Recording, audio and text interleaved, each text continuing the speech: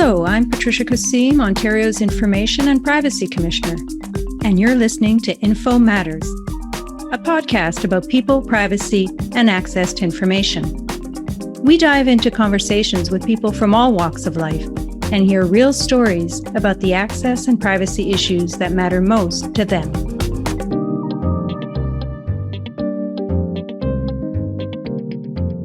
Hello, listeners, and thanks for tuning into Info Matters. We're living in a time like no other period in history. The internet has made it possible for young people around the world to share information and ideas like never before. Network spaces have given our younger generation the opportunity to make new friends, build relationships, explore new ideas, learn, and grow. A young person's digital identity, formed by what they put out there and what others may post about them, has a huge impact on their present and future selves. This raises concerns around their privacy, identity, and equality in our increasingly networked world. For young women and girls in particular, the digital environment can be an unfriendly place, sometimes even harmful. Online platforms make it easy to anonymously criticize or judge others without fear of real-life consequences. Commercial organizations may prey on their sense of insecurity to nudge them into buying products or services they don't need, and some predators capitalize on their vulnerability to lure them into dangerous situations. Sexualized harassment, voyeurism, and other harmful behaviors, aided by technology, may prompt some girls and young women to self-hate at a time when many of them are just beginning to form their identities and self-esteem. Some may even turn to more desperate measures of self-harm. Others may turn away from the use of social media altogether, denying themselves their right to participate as equals in the digital world. In this episode, we'll be talking about how young women, and girls in particular, experience the online world, and how we can promote healthy relationships and respect for equality online. My guests are Professors Jane Bailey and Valerie Steeves from the University of Ottawa. They co-lead the Equality Project, a partnership of scholars, policymakers, educators, community organizations, and youth, whose mission it is to help young people create a networked environment where they can participate equally, free from surveillance and identity-based harassment. Jane and Val, welcome to the show, and thank you so much for joining us today. Thanks, Pat. It's great to be here. Wonderful to be here. Thank you. So let's begin by hearing more about your work and how you became interested in researching the societal and cultural impacts of the internet on teens, and particularly girls. So, Jane, why don't we start with you? What led you down this road in your law career? Being a feminist has been a central part of who I am, how I think, and how I act for as long as I can remember, even when I didn't know what that word meant. And I'd been practicing as a civil litigator at the outset of my career, and I had a chance as junior co-counsel to be on the first internet hate speech case that went before the Canadian Human Rights Tribunal. And that piqued my interest in the way that digital technologies were, and I felt would continue to repeat and deepen pre-existing marginalization of equality-seeking communities. And that became my master's research project. And I got hired at Ottawa's tech law group 21 years ago and met amazing researchers like Val, who were equally as concerned as me about what the digital environment would mean for human rights. And Val, what about yourself? You're a professor in the Department of Criminology. What led you to focus on the impact of new tech on human rights and in particular on the right to privacy among young people? I always like to say that I started to think about privacy because I have 5 children. And when they were growing up, I didn't have any privacy. 4 of them were girls. So I always had a bit of a focus group in my house from oldest to youngest. The changes were phenomenal. The pressures were incredible. So part of it is just lived experience. Professionally, privacy has always been an important issue for me because I used to practice criminal law. And it's such a central part of how we negotiate democratic relationships between the citizen and the state. And watching these technologies roll out, it's been fascinating to see how corporations have become part of that. After teaching for a number of years, I actually got a PhD in communications specifically so I could think through the theoretical issues around privacy, data protection, and the kinds of solutions that we rely on in law. Because there's this gap between the way adults talk about these issues and what they're concerned about and what's actually happening in young people's lives.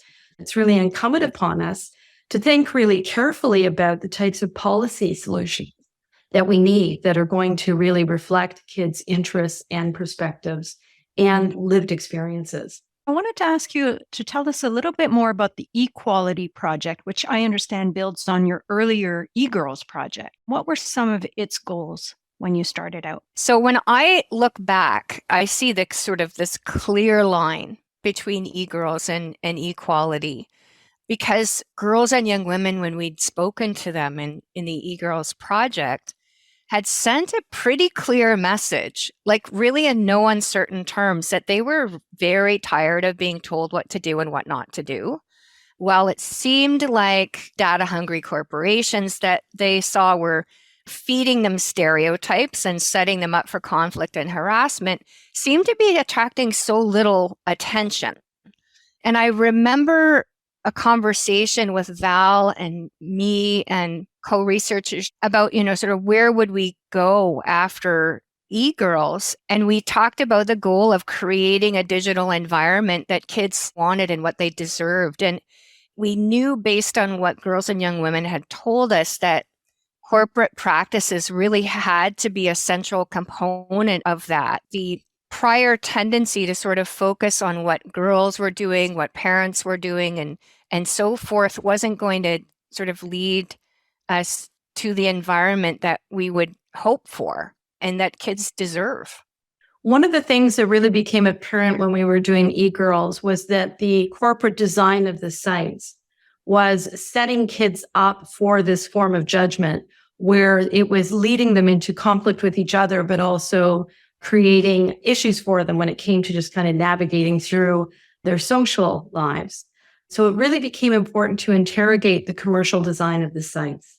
It was really important to sit down and say, well, actually, the environment that they're in is designed to encourage that it's there to vacuum up all of this data.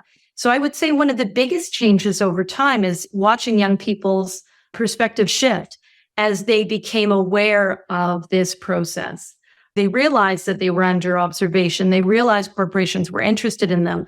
They felt like all of this stuff is happening. Now it's happening in school. It's not just on, social media. Now I'm being required to use all these technologies at school and at work and, even with my family relationships to communicate with family members.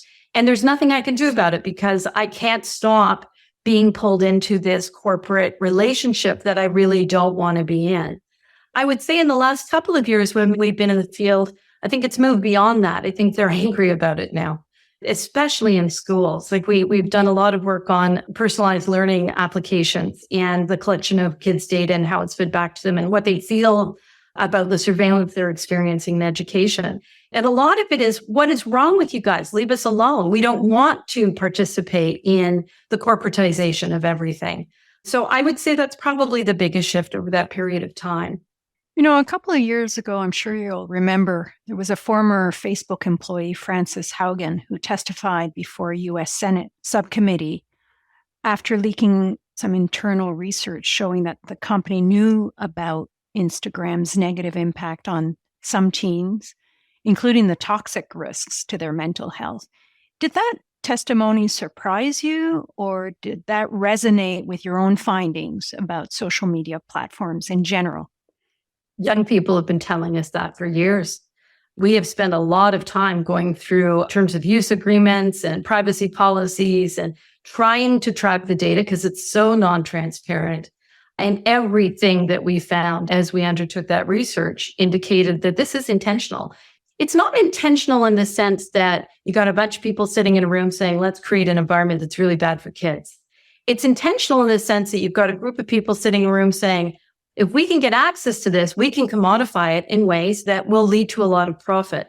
So you need to make it sticky. Addictive is a good thing in a marketing world because it makes it sticky. You keep kids in these environments, they'll drop more information and you'll collect more information. It's designed to do those things, not to create the harm to young people, but to create the profitability for corporations. So, Jane, I want to ask you a question that looks at both the many important social and cultural advances of digital technologies, but also their dark side. And in particular, something that's been called technology facilitated violence. What does that mean to you? What is technology facilitated violence? When I use the term technology facilitated violence, it's as opposed to talking about cyberbullying or cyber violence or online violence, in large part to get away from the idea that this isn't real or it's happening in some other space. It's not just the things that the public often thinks and hears about. Of course, it includes online harassment, it includes non-consensual disclosure of intimate images and hate speech by individuals and by groups. But I also tie the idea of tech facilitated violence, and we have in the project very clearly, to this corporate structuring of the environment. The way that the environment itself sets young people up for conflict with each other. And so it helps to perpetuate these forms of violence. It also engages in perpetration of violence by, for example, algorithms that sort and profile and embed discriminatory stereotypes by bringing certain kinds of search results to the top. And as Val has said in her work, wallpapering the worlds of young people with this kind of imagery, and the impact of what is being perpetrated and sent to the top and distributed winds up influencing things. So it's important for me to say that it isn't just about what individuals are doing. Of course it is, but it is tied to this corporate model. And the impacts on girls and women in particular? There's lots of interesting evidence and research coming out about that, right? Girls and young women, that when we talked to them in the eGirls project, they told us, look, we have an environment where we're constantly being encouraged to disclose as much data about ourselves as possible. Then that in turn is used to profile us, assign us to categories, and to feedback then stereotypes based on the category. They were then encouraged to emulate, because in their own self-representations, the way to get likes and friends, the digital environment's markers of success, created this sort of perfect storm. Even as far back as then, though, I think understandings of exactly how the profiling was happening were really unclear. They gave a very clear sense of how things were tying together and creating this super exhausting environment that was fomenting competition, self-consciousness, self-doubt, and fear of the impact of this sort of permanent record that was being created by what was happening in the digital environment as it was shaped by the kinds of corporate practices that we've both talked about. I think there's also a really subtle form of violence that we've been able to track as these technologies have become more invasive. We sat down with young people and talked to them about how they make decisions about the privacy of their photos. And what really came out of that research was that there's this sharp divide between who I actually am and what I actually think and how I actually feel and how I represent myself, especially in technologically invasive spaces. I started one interview with a girl by saying, "Hey, I guess you like horses." And she said, "Why would you think that?" And I said, "Well, because for the past 2 weeks, all you've done is send me pictures of horses that you've been putting on the internet." And she said, "Oh, I can't stand horses. They just make a really good Instagram theme." Nobody actually posts their actual interests on the internet. That's dangerous. That's terrible. That could put you at risk. You could be judged. And, one young boy loved baseball. He said the same thing. One young girl loved anime. She did everything she could to hide her actual interests from her peers, from her family, from the general population out there, because being real is somehow going to set me up for judgment.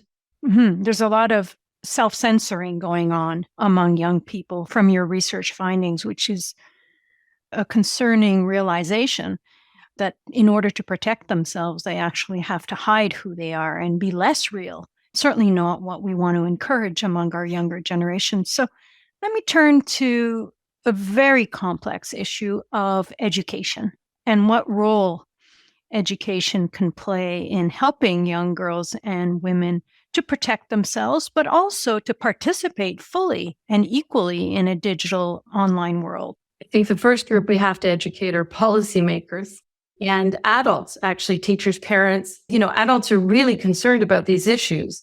But as I said before, there's this gap between what they think the problem is and what the problem actually is. So often what we do in these types of situations is we give kids rules. Don't post your name on the internet. Don't post a photo. Don't do this. Don't do that. And they kind of look back at us and say, as if that's a solution. First of all, it's not even the problem, but it's also not the solution.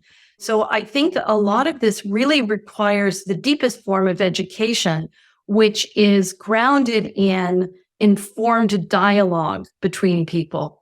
So we do a lot of education, and we look at these issues and try to create an environment, particularly in schools, but also in community groups, where young people can talk about an example that's distanced from their own lives and raise the concerns that they have about that particular issue. So we made a 20-minute film on the experiences of a young girl in a near future that's using kind of a Google Glass kind of technology to improve her math grade. And it ends up having all sorts of social and political consequences for her. And so we create those kinds of exemplars. So we can go into a classroom and young people can use that to talk about the issues and have a discussion among themselves, but also with their teachers and with their parents and the adults in their lives to bridge that gap so adults can begin to understand exactly what these kids are facing. We're trying to mobilize different kinds of methodologies to really take that logic forward, to create spaces where young people can express their concerns and talk to adults about their concerns, sort of as equal members at the table. So we've used art workshops where young people have been able to talk amongst themselves and then create projects which really make these things visible, which has been a phenomenal educational experience. But we've also looked at using deliberative dialogue, where we've brought policymakers like yourself into a room with young people to have this informed discussion so we can begin to bridge that gap. I think we need this much broader, democratically grounded form of education where young people and adults can have conversations about really, really difficult issues.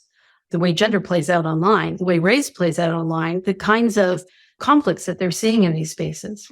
So, Jane, I've heard you say in the past that, we shouldn't put all of the onus on young people, and that there are many other players that have to come to the table, as Val said. What are your thoughts on the importance of education and all of the stakeholders, all of the people who have to be involved in supporting young people, in particular girls and young women, to partake safely and fully and equally in the online world? So it's understanding young people as rights holders. At the heart of the whole thing is that young people have rights, and they include the kinds of rights that we often think about: freedom from violence, and they include rights to privacy, and they include rights against discrimination. And there's a whole panoply of internationally recognized rights that children have. And so a critical part of everything that we've tried to do is to make everyone involved understand that first and foremost, children are rights holders, and that whatever it is that we do has to respect and center their lived experiences and the obligation to create environments that are rights respecting and rights affirming environments. And part of that is through the kinds of methods or strategies that Val has talked about, right? If you bring young people into a room with policymakers in a deliberative dialogue and you tell policymakers, you're listening and young people are leading, you open spaces for recognition that these people are rights holders, they're knowledge holders, they are people with expertise. At the same time, we've always tried to be really careful to say that when we're telling policymakers you have to open up space to really hear young people's experiences, that's not the same thing as saying to them, now kids are responsible for coming up to the solutions. Let's bring some kids into a room and ask them what the solutions are. No, it's up to adults. It's our responsibility. Decades of policy have put us in the position that we're in, and that's on adults. And we have to take the responsibility. But if we do it in situations as we have in the past, where the policy decision making is not informed, we're just going to continue to fail, because we're going to address problems that from young people's perspectives aren't the real problems. And we're going to propose solutions like more surveillance that they've also told us are problems in the first place, right? Surveillance is the problem. It's not the solution. So monitoring me and responsibilizing me to do this and don't do that, that's just more of the same. I don't want to say that any of this is easy, in the sense that we've set up an environment that says this digital industry is critical to our economic well-being. And so when we actually hear young people and their experiences telling us, yeah, but the way this environment is set up is really not good for us or our health, then policymakers get into this really difficult position. On the one hand, we said this is critical to economic success. On the other hand, we're getting all indications are that the model that we're using is not going to get us where we want to go, and it's not going to respect young people as rights holders. You did invite me to participate in one of these deliberative dialogues with your focus groups of young kids and young adults involved in your project. And I found it incredibly eye-opening. And you're right, I was there as a listener and really felt enlightened and much better informed by kids leading the discussion and really sharing their experience firsthand. When we set out to create a youth advisory council, we reached out to both of you. And I want to say thank you so much for giving us your insights and your experience on how to create a council of engaged youth. So going forward, what's your advice on how we can really meaningfully continue to engage our youth advisory council and bring them into these kinds of debates and discussions and give them a meaningful seat at the table? Well, thank you back for doing it, because it's a wonderful initiative. So building on the success that you've already had with that, sometimes when you create advisory councils, you'll say, okay, I need some advice on the work I'm doing. Here's my work. What do you think? And then they give you feedback on it. And I think that's sort of the entry level of getting feedback from kids on privacy issues. I think actually what's much more powerful is developing these relationships with young people who bring their own concerns to you. And then you're in a position where you can both amplify that by taking that forward and giving voice to those concerns. You're also in this unique position where you can put those young people into policy rooms where they can articulate it for themselves as well. I think that's really an important part of the process. It's important to hear how it feels to be in that environment and still own the responsibility for making sure that we make it better. Let me turn now to our role as a commission and my role as a commissioner in Ontario. We've adopted children and youth in a digital world as one of our strategic priorities. Jane, you're on our Strategic Advisory Council. As you know, we've adopted and co-sponsored international and national FPT resolutions to advance the rights of children and their best interests in the online world. And we recently launched lesson plans to accompany our privacy activity book that we encourage schools and teachers and parents to use as a fun way of engaging kids on questions of privacy. And one most recent thing we've done is issued a draft digital privacy charter for Ontario schools, really hoping to get feedback on the principles we set out in that charter. And eventually our hope is to have schools and school boards sign on to the charter, which is really just a restatement of many of the obligations that exist in law. But it's a form of public commitment to their students, to parents, to their communities, that they stand by those principles. How would you describe the benefits of signing on to a charter like that among the schools and school boards in Ontario?